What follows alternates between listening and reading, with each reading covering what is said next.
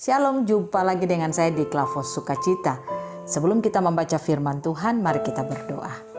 Bapa, kami bersyukur, kami akan mendengarkan firman-Mu. Kami percaya kehidupan baru terus Kau berikan bagi kami. Biarlah setiap kami yang mendengarkan firman-Mu, hati yang haus dan lapar untuk menangkap firman-Mu, itu Kau berikan bagi kehidupan kami. Ini kami ya Tuhan, kami siap untuk mendengarkan apa kata firman-Mu. Hamba yang berkata-kata, bahkan kami yang mendengarkannya. Kami percaya berkat-Mu, penyertaan-Mu selalu ada pada kami. Amin. Bagian kebenaran firman Tuhan bagi kita dalam 1 Petrus pada pasalnya yang pertama, ayatnya yang ke-14 sampai ayatnya yang ke-16. Demikian bunyi firman Tuhan.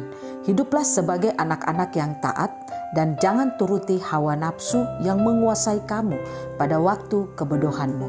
Tetapi hendaklah kamu menjadi kudus di dalam seluruh hidupmu, sama seperti Dia yang kudus yang telah memanggil kamu. Sebab ada tertulis, kuduslah kamu sebab aku kudus. Demikian jauh pembacaan firman Tuhan. Dikatakan berbahagia setiap kita membaca, mendengar dan melakukan apa kata firman Tuhan.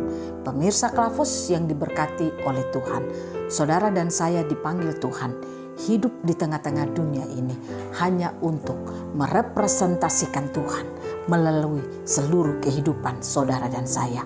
Artinya kita tidak boleh hidup seperti apa kata dunia ini. Kita tidak boleh hidup serupa dengan dunia ini. Seperti dikatakan dalam Roma 12 ayatnya yang kedua. Tetapi hidup saudara dan saya haruslah hidup di dalam kekudusan. Artinya kalau saya katakan hidup di dalam kekudusan, saudara tidak bisa langsung mengambil kesimpulan kalau begitu, kalau hidup kudus berarti saya sudah tidak boleh nonton film-film seperti film-film yang lain selain hanya membaca Alkitab, hanya habiskan waktu di gereja, dan saya hanya melakukan apa yang kudus-kudus saja. Begitu, tidak boleh berbicara dengan orang yang tidak kudus menurut saya dan sebagainya. Tidak, saudara. Saya ingin katakan kepada saudara, Alkitab berbicara bagi kita, surat Petrus ini berbicara bagi kita, bukan mau mengatakan bahwa saudara tidak boleh dengan saya, kita bisa ini, tidak boleh itu, bisa ini, tidak boleh itu. Tidak, saudara. Tetapi yang dimaksudkan di sini adalah saudara dan saya harus hidup di dalam ketaatan kepada Tuhan. Nah, itu yang membuat sehingga kita bisa hidup seperti apa yang Tuhan mau.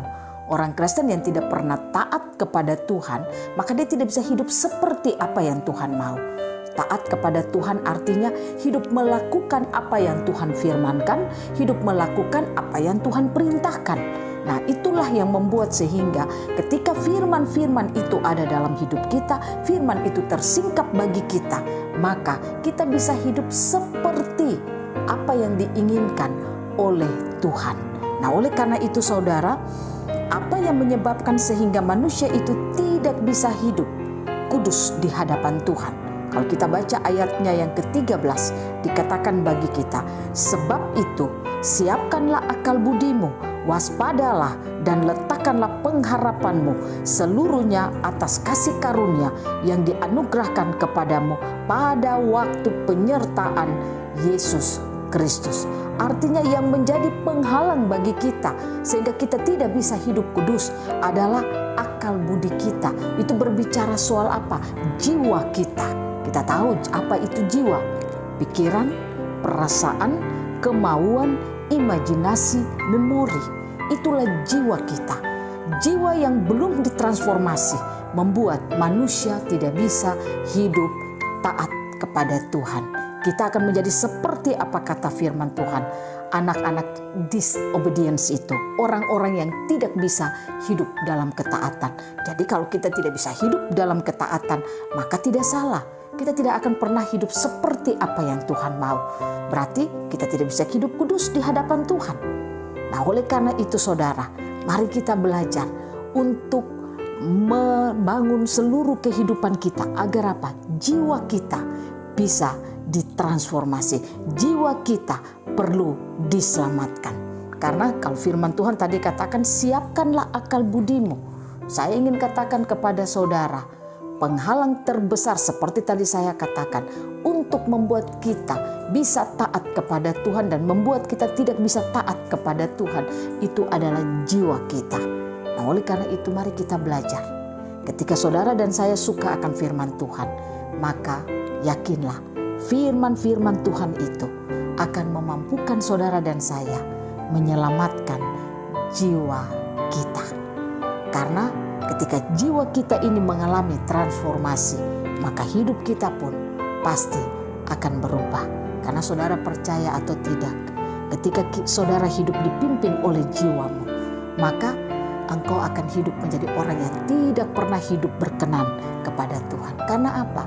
Jiwa kita ini kan hanya kedagingan. Jiwa kita ini menunjukkan bahwa kehidupan manusia kita yang masih ada di dalam dosa. Mungkin kita orang Kristen, roh kita sudah menjadi baru.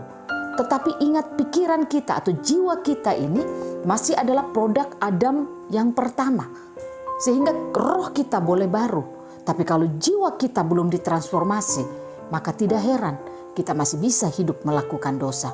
Makanya tidak heran saudara, banyak orang bisa aktif dalam pelayanan, tapi dia bisa melakukan dosa.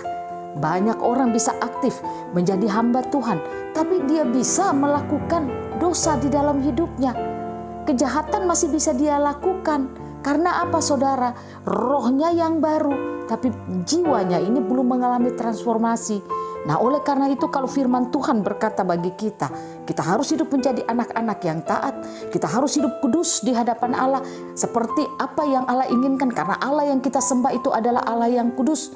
Nah, oleh karena itu ketika saudara mau hidup kudus di hadapan Tuhan, kuncinya selamatkanlah jiwa saudara. Jiwamu itu harus ditransformasi. Pertanyaannya, bagaimana kita mentransformasi jiwa kita? Jiwa kita hanya ditransformasi dengan apa? Firman Tuhan. Ketika saudara dan saya punya kerinduan, rasa hati yang haus dan lapar untuk mau mengenal Tuhan dengan sungguh-sungguh, mau memberi hidup kita untuk terus mau mendengarkan firman, maka saudara percayalah, jiwamu akan diselamatkan. Seperti dikatakan dalam Yakobus 1 ayatnya yang ke-21. Yang kedua, apa yang membuat sehingga jiwa kita ini bisa mengalami transformasi? Kalau firman yang kita dengarkan itu, firman-firman itu tersingkap bagi saudara dan saya. Karena hanya firman yang tersingkap yang membuat kita bisa melihat, mengalami, mengetahui apa yang sudah Allah berikan bagi kita, apa yang sudah Dia kerjakan dalam hidup kita. Itu yang membuat sehingga kita tidak akan pernah lagi berjalan seperti apa kata pikiran kita, tapi kita akan berjalan menurut apa kata hati kita, karena Roh Kudus berbicara di dalam hati saudara dan saya. Yang ketiga, saudara dan saya harus memberikan hidup kita betul-betul dituntun oleh Roh Kudus, karena hanya Roh Kuduslah yang membawa saudara dan saya untuk bisa melihat siapa itu Allah.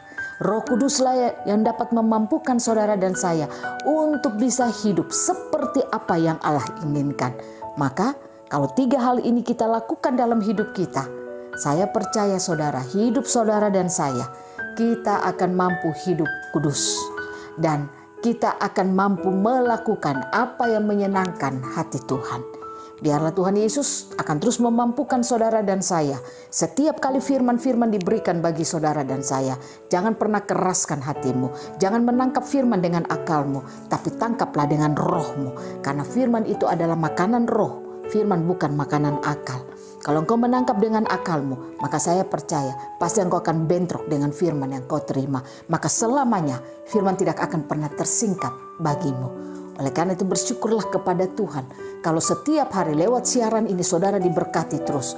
Diberikan firman-firman bagi saudara. Itu satu hal yang luar biasa. Jangan abaikan kesempatan ini. Ini kesempatan baik dari Tuhan. Selagi kita diberikan internet yang baik, selagi kita diberikan kesempatan bisa mendapat atau melihat bagian bacaan firman Tuhan, diberikan bagi kita untuk mengerti apa pembacaan firman Tuhan, buka hati saudara pada Tuhan. Sehingga saya percaya firman-firman Tuhan akan membuat saudara dan saya tidak saja hidup di dunia hanya sebagai orang Kristen yang percaya Tuhan, tapi kita akan mampu hidup kudus di hadapan Tuhan. Sehingga siapapun kita, hamba Tuhan kah?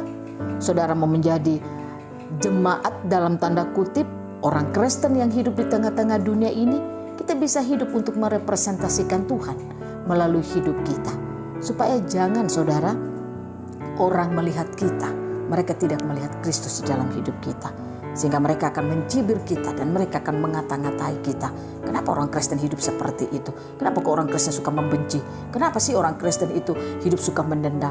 Orang tidak akan berkata itu kepada kita. Tapi mereka akan melihat Kristus ada dalam hidup saudara dan saya. Karena kita hidup kudus di hadapan Tuhan. Tuhan Yesus memberkati kita. Saudara dan saya diberikan kemampuan untuk melakukan apa kata firman Tuhan. Mari kita berdoa. Bapa, terima kasih. Kami ingin hidup kudus di hadapan-Mu. Roh Kudus, mampukan kami agar firman yang kami dengar tidak sekedar menjadi pengetahuan kami, tapi itu menjadi kehidupan kami. Kami mau mengambilnya. Kami mau mengambil keputusan untuk hidup seperti apa kata firman Tuhan yang kami dengar. Sehingga kami akan hidup mampu, kudus di hadapan Tuhan. Karena kami tahu Allah yang kami sembah adalah Allah yang kudus. Oleh karena itu Tuhan, tolong kami semua. Roh Kudus, mampukan kami semua. Dalam nama Yesus kami berdoa. Bersyukur untuk firman di hari ini. Amin. Shalom. Tuhan berkati kita semua.